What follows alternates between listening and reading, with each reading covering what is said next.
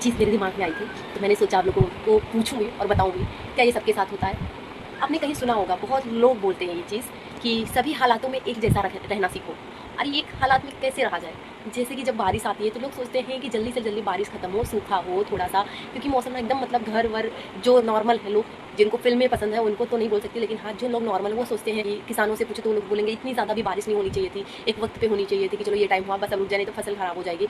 गर्मी का सीज़न आता है तो लोग कुछ जो काम करते होते हैं बाहर रोड पे या कहीं पे, तो उनको लगता है ये धूप थोड़ी कम हो तो वो अपना काम कर सकें अच्छे से, नहीं तो पसीने में प्रॉब्लम हो जाएगी, उनको गर्मी से प्रॉब्लम हो सकती है। जहाँ पे ठंडी पड़ती है होगी एक्चुअल में, वहाँ पे लोग परेशान हो जाते होंगे कि थोड़ी ठंडी कम हो, थोड़ा धूप दिखे। अकॉर्डिंग टू सीज़न नहीं, अकॉर्डिंग टू हालात आपको उसी हिसाब से ढल जाना पड़ता है। अगर ठंडी है फिर भी आपको काम करना है तो आपको हालातों से डरना नहीं है। हालात से अगर सही हो तो आप जवाब मत दो। वो लोग बोलते हैं जवाब नहीं देना चाहिए, निकल आओ क्या मतलब हुआ।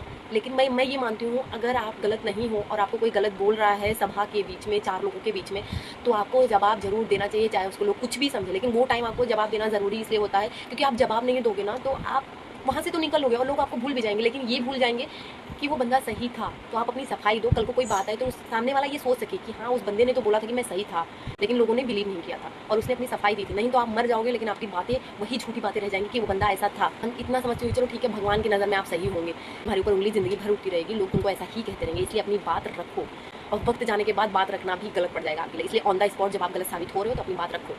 अपनी पहचान इस कदर मत बनाओ कि आपको चार लोग मिलते हैं आप सफाई मत दो, क्योंकि ज़िंदगी लंबी है कि छोटी है किसी को नहीं पता। लेकिन आप जितनी बार ये करोगे कि आप निकल लोगे वहाँ से तो आपकी बात पे लोग ऐसे कहते जाएंगे अरे वो तो है ही ऐसा, तो वो तो है ही ऐसा। तो इसलिए अपनी पहचान अच्छी रखो, अपनी पहचान सच्ची रखो, लोगों की बातें मत आओ कि अपनी ज़बान मत चलाओ।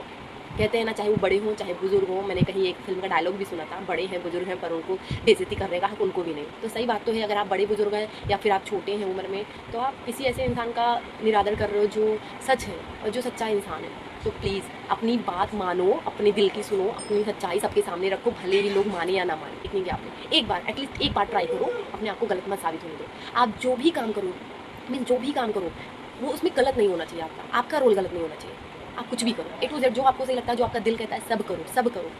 और दुनिया क्या बोलती है इस बात पे तो जाओ ही मत। बस आप अपने आप को सही रखो और सही बताओ कि मैं सही हूँ। तो खुद के लिए जीना स्टार्ट करो। हर कोई खुद के लिए जीता है। खुद की नज़रों में गिराना, दुनिया के सामने अपने आप को जैसे हो वैसे एक्सेप्ट कर लेना नहीं होता है।